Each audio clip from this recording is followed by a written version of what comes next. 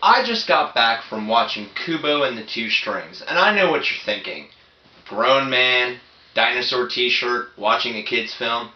You need to get your mind out of the gutter. Kubo and the Two Strings is a film by Laika Studios, which you might know from making Paranorman, Coraline, and The Box Trolls, personal favorite of mine. It stars Art Parkinson as Kubo, Charlize Theron as Monkey, and Matthew McConaughey as Beetle. Alright. Rounding out the cast is Rooney Mara playing the sisters, and George Takei playing Hosato. Kubo is the story about a young boy who can make origami come to life as he plays his little guitar. The story centers around Kubo and his journey to find mystical armor to defeat the Moon King. I really like this movie. However, I don't feel it reached its maximum potential. As a kid's film, it is a really good film. I don't know if I'd show it to a 5-year-old because there are some pretty serious thematic elements in it, but 8 years old and up definitely would go see. Adults will love this movie, especially for Laika's art style. The visuals in it are so artistic, and they really immerse you in this movie that I found myself often wondering, how did they do that? Or, oh my god, that's so vivid and vibrant. You know, caves look dark and dank like they should, and a field of wheat is as golden as possibly can be. So this really is a movie for everybody. If you're an adult who wants to go see it, you're going to enjoy it. And if you're an adult with children, they'll enjoy it, and you'll enjoy watching it with them.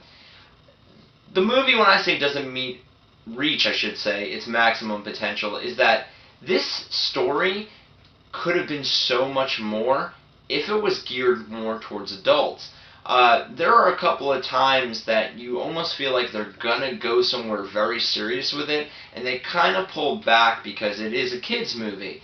I have no doubt in my mind that if it was a live action film with the right cast, it could definitely be an Oscar contender. That's how much I enjoyed it and the potential that I've seen in it. For what it is, though, it's a wonderful movie, and I do suggest it, recommend it to everyone who that I'm going to meet. Funny enough, myself and my good collaborating friend Jeremy G. Branch from Be Terrible Movies were the only two people in the theater. Granted, it's a kids movie and it is a Thursday night, but we were the only two. Hopefully that's not indicative of what's going to happen in the film, because it does deserve to be successful. So anyway, getting back to the story of it, the film does move around a lot, and it is very quickly paced. Now, usually I wouldn't be very forgiving on that sort of thing, but because it's stop-motion animation, you have to realize that it takes years for them to actually film something like this. So for the movie to be about an hour and 20, hour and 30 minutes long, they do have to move at a brisk pace because, at least plot-wise and pacing-wise, because taking any longer or adding any more scenes into it would take years of work. I do feel that they could have explained a lot of the Moon Kingdom a lot better. You kind of just get told about it with not a lot of detail. It would have really been nice to know where the mother came from, who the Moon King really was, about the sisters and all that stuff. If there was some sort of maybe flashback moment, or maybe the movie started off in the Moon Kingdom. Speaking of the sisters, they were one of the greatest parts of it. Very creepy.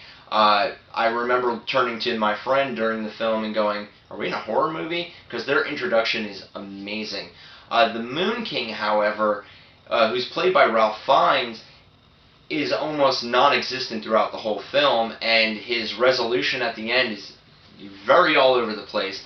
It kind of feels like the last 15 minutes of the movie was written to fit the ending, instead of the ending written to fit the movie.